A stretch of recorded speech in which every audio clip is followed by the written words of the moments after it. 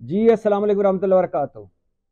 पाकिस्तान एक ऐसा खूबसूरत मुल्क है, ज़रखेज़ मुल्क है, मुआज़ों और करामात भरा मुल्क है कि पल भर में सब कुछ बदल जाता है।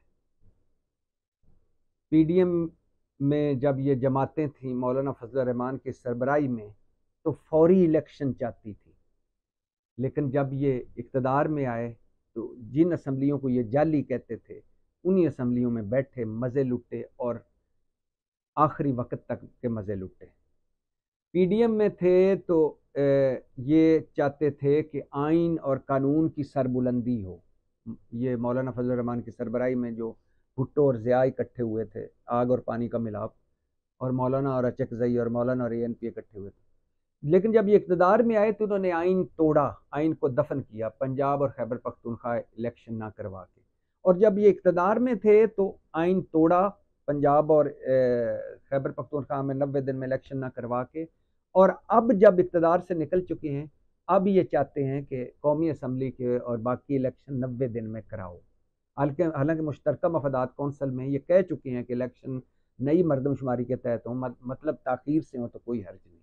अब ये नारे मार रहे हैं कि इलेक्शन वक्त पे कराओ, क्योंकि अगर इसको आसान लफ्जों में कहूं कि तो जब इनको सूट करता है ये जमहूरियत को रुसवा कर देते हैं, घुंघरू पहना देते हैं। जब इनको सूट करता है ये जमहूरियत को कंधों पे बिठा लेते हैं। जब इनको सूट करता है ये आइन तोड़ देते हैं। जब इनको सूट करता है ये आइन के साथ खड़े हो जाते हैं और आइन के मुहाफ़िज़ बन जाते हैं। ये सारी तमीद मैंने इसलिए बताई है कि दो बड़े दिलचस्प बयान हैं। आगे देखिएगा सूरत हाल क्या होती है। ये आपको पीपल्स पार्टी पुरानी नहीं नजर आएगी, इनकलाबी इनकलाबी जाली इनकलाबी बनती नजर आएगी। नून लीग के भी तेवर बदले हुए नजर आएंगे, क्योंकि इन दोनों के साथ हाथ हो गया है और हाथ बड़ा सख्त हो गया, और दोनों इस वक्त शिकंजे में हैं। एक तरह से शिकंजा नजर नहीं आ रहा, लेकिन दोनों सारे घेरे में हैं, मौलाना साहब समेत। और ये भी बताता चलूं कि 15 महीनों में पीपल्स पार्टी वालों ने, मुस्लिम लीग नून वालों ने और मौलाना साहब के पार्टी वालों ने जो इक़्तिदार में आए, उन्होंने बड़ी बड़ी मुबैना दिहाड़ियां लगाई हैं। क्या लुटमार मुबैना करप्शन की है, इसकी कहानियां जब सामने आएंगी आपके होश उड़ जाएंगे।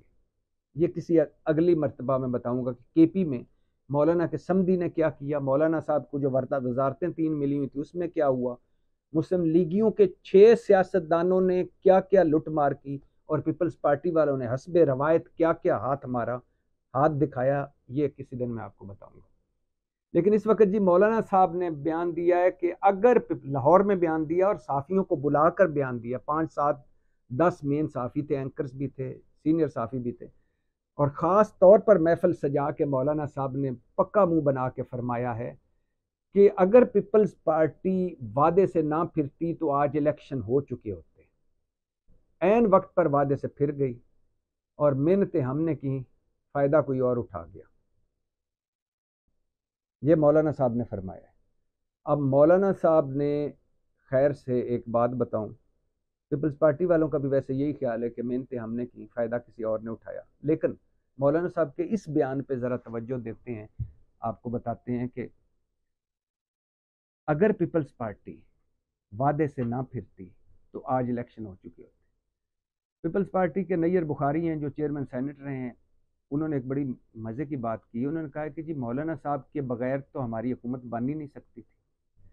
और मौलाना साहब, अगर हाँ मौलाना साहब इलेक्शन नहीं चाहते, हुकूमत में जाना नहीं चाहते थे, फौरी इलेक्शन चाहते थे, जब अब तरीक़त में इत्तेमाद इमरान खान के खिलाफ हुई, कामयाब हुई, तो ना हुकूमत में शामिल होते, ना वजारतें लेते, ना मज़े लुटते।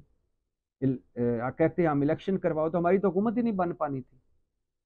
बात तो ठीक है, लेकिन मौलाना साहब आज क्यों कह रहे हैं? क्योंकि मौलाना साहब के खिलाफ भी घेरा तंग है। 15 महीनों में जो कुछ हुआ है उसमें बहुत सारे नए नए चेहरे नज़र आ रहे हैं जो हुकूमत में थे।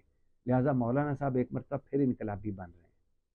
अब मौलाना साहब उस असम्बली को जिसको जाली कहते थे उसमें बैठे, बेटे को वजीर बनाया, 3 खोए मलाई वाली वजारतें ली, समदी को गवर्नर खैबर पख्तूनख्वा लगवाया, डिप्टी स्पीकर कौमी असम्बली उनका बंदा था, डिप्टी चेयरमैन सेनेट उनका बंदा था, और इसके अलावा अपनी मनपसंद की तकर्रियाँ की और चार्टर्ड प्लेन पर खुद, चार्टर्ड जहाज़ों पर खुद जनाजे तक भुगताए।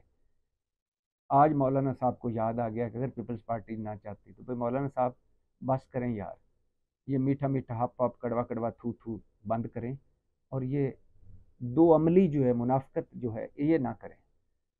आप वही जमहूरी चैंपियन है ना जिन्होंने हमें अब आके बताया कि मैं जनरल फैज़ हमीद से डील करके धरना मैंने ख़त्म किया था। तो इतने जमहूरियत पसंद थे, इमरान खान से डील करते, एक ISI के सरबराह से क्यों डील करके तो आप गए थे। अच्छा, इसके साथ अगला बयान सुन लीजिए। बिलावल भुट्टो साहब ने फरमाया है कि इलेक्शन 90 दिन में कराएं, हमारी किसी से कोई सियासी दुश्मनी नहीं, और जो जेलों में हैं सियासतदान और तकलीफ का सामना कर रहे हैं उनसे कहना है कि घबराना नहीं।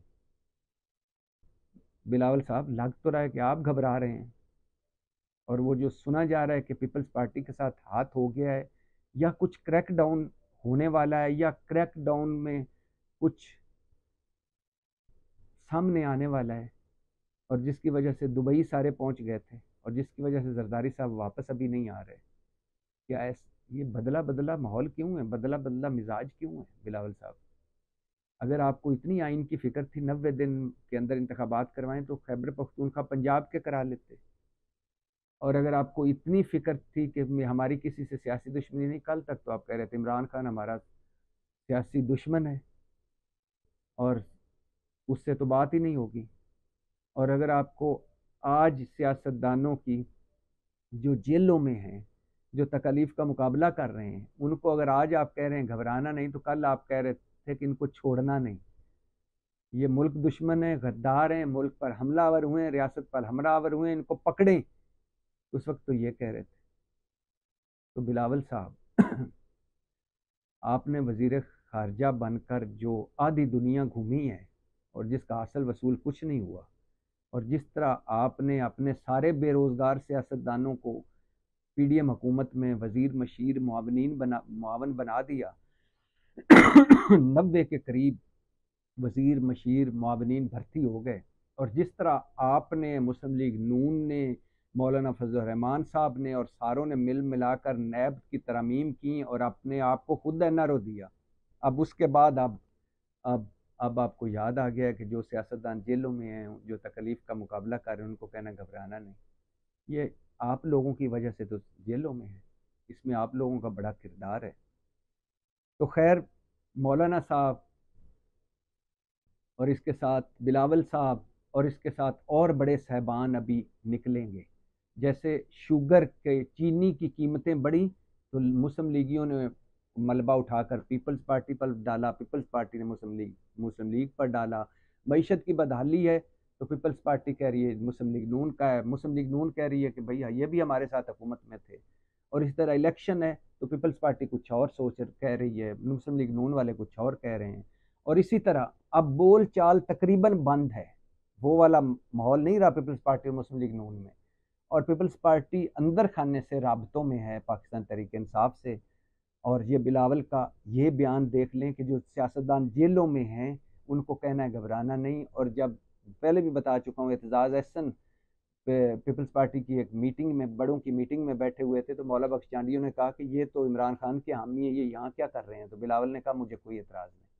तो जरदारी साहब और बिलावल साहब एक नई गेम के चक्कर में है। मुस्लिम लीगी जो हैं वो भी थोड़ा सा बैक फुट पे हैं, और नवाज शरीफ साहब जो शहबाज हुकूमत और शाहिद खाकान अब्बासी की हुकूमत को अपनी हुकूमत मानते ही नहीं है, वो अब इस मौक़िफ़ पे आ गए इनकलाबी बन के कि जनरल फैज़ हमीद और जनरल बाजवा का पहले एहतसाब करें फिर मैं वज़ीर आज़म बनूंगा। यानी वो भी जाली इनकलाबी बन गए। तो इस वक्त सूरत हाल बड़ी दिलचस्प है। कल के जो चेहरे हैं वो बदल जाएंगे और जो आज के बदले हुए चेहरे हैं वो दूसरी तरफ चले जाएंगे। तो नई सियासत एक नई करवट ले रही है। सियासत आपको पता है झूठ का नाम है, पाकिस्तान में मुनाफिकत का नाम है। ना सियासत के सर में दिमाग है, ना जिस्म में दिल है, सीने में दिल है, ना आँख में हया और वफा है। पाकिस्तान जिंदाबाद।